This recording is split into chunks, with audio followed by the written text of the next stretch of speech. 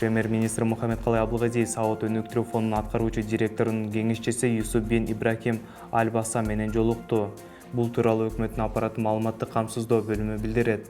Өкмөт башчысы маданият менен диндин жалпылыгы, руханий адеп-ахлактык баалуулуктар, ошондой эле өз ара кызматташууга ак ниет менен умтулуу Кыргызстан менен Сауд Арабиясын бириктирип турарын белгиледи. Мухаммедкалый Абылгазиев кыргыз тарап биргелешкен долбоорлор менен иштешүүгө даяр экенин жана мындан ары Сауд өнүктүрүү фондунун линиясы боюнча кызматташууну кеңейтүүгө ишенимин билдирди. Сауд өнүктүрүү фондунун аткаруучу директорунун кеңешчиси Юсуп бин Ибрахим Аль-Басам жулуу кабыл алгандыгы үчүн ыраазычылык билдирди. Ал Сауд өнүктүрүү фонду аркылуу багытта долбоорлорду ишке ашырууда Кыргыз Республикасы менен натыйжалуу жана жемиштүү кызматташууну колдой турганын белгиледи. Иракта жүргөн дээрлик 70-ке жакын кыргызстандык балдарды өлкөгө алып келүү пландалууда. Бул тууралуу Тышкы иштер министри Чыңгыз Айдарбеков билдирди.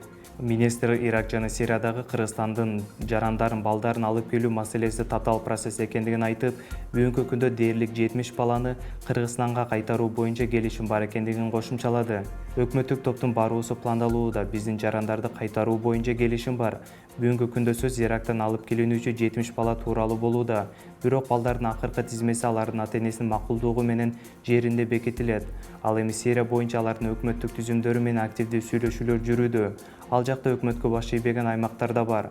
Ошол себептен бул маселени чечүүгө колдоо көрсөтө ала турган башка мамлекеттер менен да сүйлөшүүлөр жүрүүдө.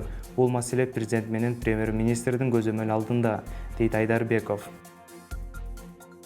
Кыргызстан кылабыз аталышында глобалдуу экологиялык акцияга кошулат. Бул тууралуу Экодемик коомдук фондунун жетекчиси Айжан Чыныбаева билдирди.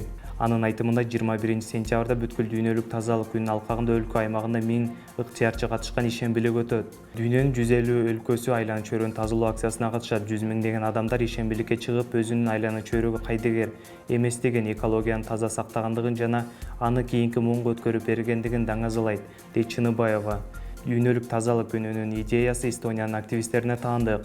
10 жыл мурун Эстонияда кылабыз аталышындагы акция старт алган.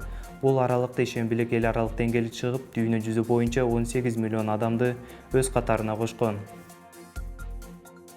Талас облусунда улуттук көчмөндөр оюндары өтөт. Учурда даярдык толугу менен аяктады. Бул тууралуу Жаштар иштери, дене тарбия жана спорт мамлекеттик агенттигинин директорунун орун басары Канатбек Арпачиев билдирди.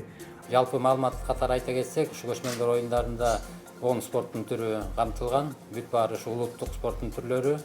Аларды атай кетсек, ат оюндары боюнча ат чабыш, жорго салыш, кунан чабыш, эреңиш, көк бөрү, салбурун, кыргыз күрөш, алыш күрөшү, тогуз коргол, ордо.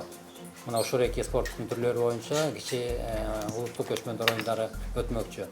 Биз оюндарга даярдыкты аяктадык. Учурда мандаттык комиссиянын иши башталууда. Өлкөнүн 7 облусунан жана 2 шаарынан командалары түзүлдү. 16-сентябрда эртең менен иш-чараны баштайбыз. Көкбөрү узакка созулган оюн болгондуктан алгач ошол оюндан башталат. Ага жалпы жонунан 9 команда катышат, деди Арпачиев.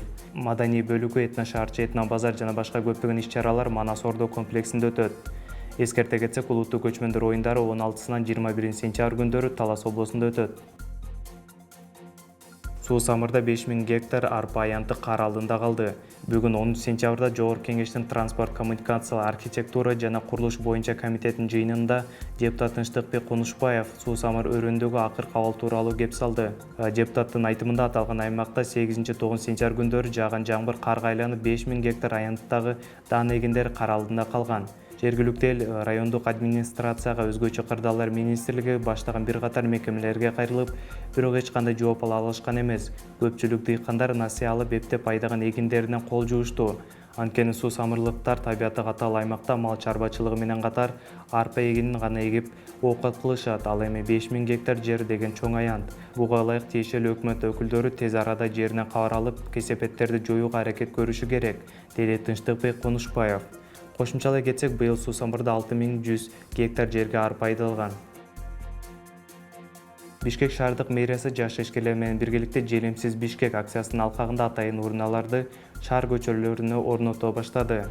Мэриянын басма сөз кызматы билдиргенде, бийиктиги 2 метр болгон жана ичине 1000ге жакын желимбөтөлгө бата турган 2 урундан жаңы ачылган сейил бакка орнотулган. Жаңы коюлган урундан желимбөтөлкөнүн формасына жасалган, ал көп жерди ээлебейт жана көп акча каражаттарды талап кылбайт. Чогулган желим бөтөлкөн аталган акцияны уюштуруучулар түнкү саат 12-ден таңкы 5-ке чейин жыйнашат. Жыйналган желимдерди кайра иштеп чыгуучу ишканаларга тапшырышат деп айтылат маалыматта. Учурда жаш ишкерлер дагы 60 урнаны жасоо үчүн демөөрчүлөр менен сүйлөшүүлөрдү жүргүзүп жатат.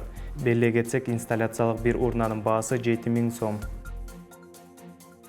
Казакстанда өтө турган грек-рим жана эркен күрөш боюнча дүйнө биринчилигине Кыргызстандын атынан 22 спортчу барат. Бул тууралуу Жаштар иштери, дене тарбия жана спорт мамлекеттик агенттигинен кабарлашты. Дүйнө биринчилиги 14-22 сентябрь күндөрү Нур-Султан шаарында өтөт. Аталган мелдеште 1-5 орунду алган спортчулар 2020-жылы Токиодо өтө турган Олимпиада оюндарына жолдомо алат. Турнирге Кыргызстандын атынан грек-рим күрөшү боюнча 10 балбан, эркен күрөш боюнча 8 жана кыз-келиндер арасында күрөш боюнча 4 спортчу катышат. Эскерте кетсек, кыргызстандык жөөкүлүк Юлия Андреева жана суучул Денис Петрашев Токиодо өтө турган Олимпиада оюндарына жолдомо алышкан.